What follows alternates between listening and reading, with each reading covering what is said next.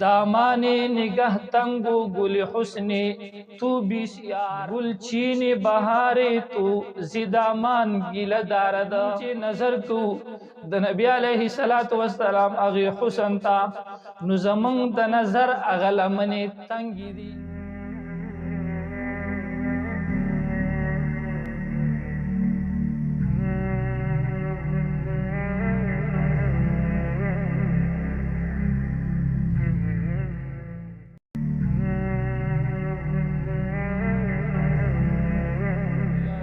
العالمين والعاقبة للمتقين والصلاة والسلام على خير خلقه محمد وآله وأصحابه أجمعين.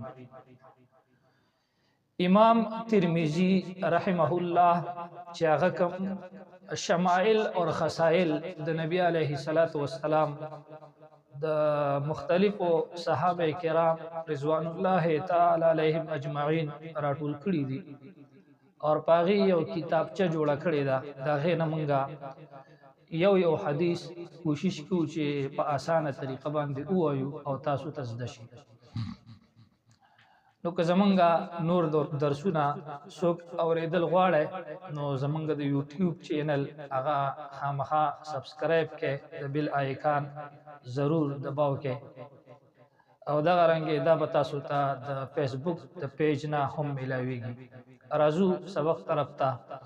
بسم الله الرحمن الرحیم. عن ابن عباس رضی الله تعالی عنهما دا حضرت ابن عباس رضی الله تعالی عنهما نے روایت تے قال دے فرمائی کان رسول الله صلی الله علیہ وسلم افلج الثنیتین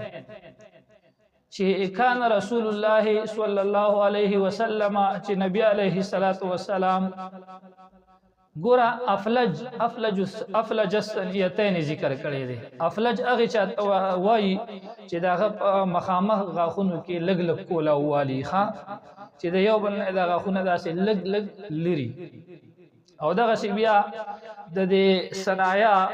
غاخونو خواته دا صنایا غاخونه دي د سردار بای غاخونه دي د صنایا غاخونو سره خواته چې کوم نور غاخونه دي رباعي په دې کې هم داسې لګ لګ لریواله او کولاوالي نو دیتا افلج ویل کیږي. یو افرق ته افرق هغه چاته وای چې دا غدا مخکنی صنایا کوم غاخونه چې دي دا دوا په دې کې داسې لاري ښا نو دلته افلج الثنیتین مراد دا دی چې د نبی علیه الصلاۃ والسلام مبارک دا صنایا علیا غاخونه او د غرنګي رباعي غاخونه چې کومو په دواړو کې لګشان کولاواله اذا تکلم کله چې با د الله رسول علیه الصلاۃ والسلام خبرې کولې نو رؤیا کن نوره نخکاری دبا داسی بلی دیکی دا چی یو سیز یعنی یو پلقیدون کی سیز لکه د نور پشان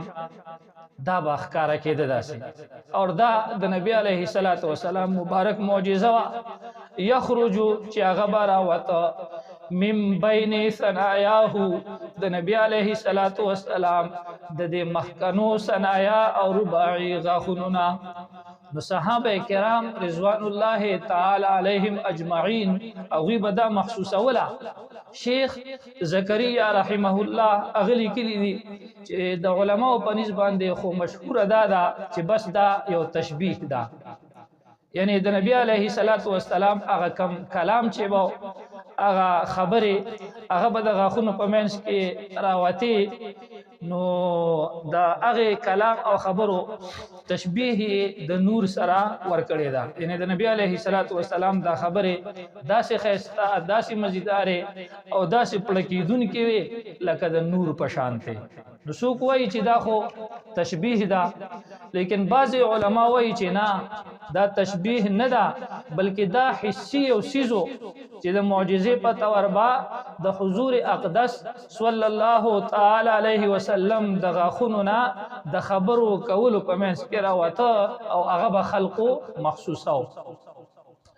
شیخ زکریا رحمه الله دغه کې یو شعر د فارسی ذکر کړی دی هغه وی دامان نگه تنگو گل حسن تو بیسیار دامانی نگه تنگو گل حسنی تو بیسیار گل چین بهاری تو زیدامان گیله دارد چې دا دامانی نگه دامانی نگاه هغه لمن زمونږ د نظر هغه تنګه ده یعنی مونږ چې نظر کو د نبی علیه الصلاۃ والسلام هغه حسن ته نو زمونږ د نظر هغه لمنې تنګې دي اور وګل حسن تو بسیار اور استاد حسن هغه ګلونه ډیر زیات دي لکه خلک په لمن کې ګلونه راټولي را غونډي کړه نو دغه سیمنګا د نبی علیه السلام هغه حسن ته ګورو نو زمنګ د نظر هغه لمن تنګيري او استاد د حسن ګلونه ډیر زیات دي نو چې لمن تنګ شي نو بیا پورا ګلونه سړې نشي راټولولې بیا ته سو ګلونه پاتې کیږي نو بیا وایي چې ګلی چینه بهارې تو ګلی چین هغه کستا ویل کیږي چې څوک هغه ګلونه راټولي او راغونډي نو وایي چې ستاد بهار او ستاد سپرلی داغه خوليوالي او خيستوالي هغه ګلونه راټولون کې چې دی هغه زیدامان ګیله دار ده هغه د خپل لمنې نه ګیله کی او ګیله لري چې زما لمن تنگ ده او ستا د خایس هغه پورا ګلونه ما راټول نکړه نو دارن صحابه کرام اور داسې د پښتو یو مصره ده کنه وستا د خایس ګلونه ډیر دي جوله می تنگا زبا کم ټوله وما مدارنګ صحابه کرام رضوان الله تعالی علیهم اجمعین اوی د خپل اندازې مطابق د نبی کریم علیه الصلاۃ والسلام هغه حسن دغه جمال او کمال بیان کړی دی خو حقیقت دا دی چې د نبی علیه الصلاۃ والسلام حسن چې الله تعالی ورته کوم ور کړیو د نبی علیه الصلاۃ والسلام هغه جمال او هغه کمال هغه سوکم نشي بیانولې الله رب العزت د نبی محترم صلی الله تعالی علیه وسلم بهترین طریقې زمونږ استاد په ژوند او زندګۍ کې راولي واخر دعوانا ان الحمد لله رب العالمين.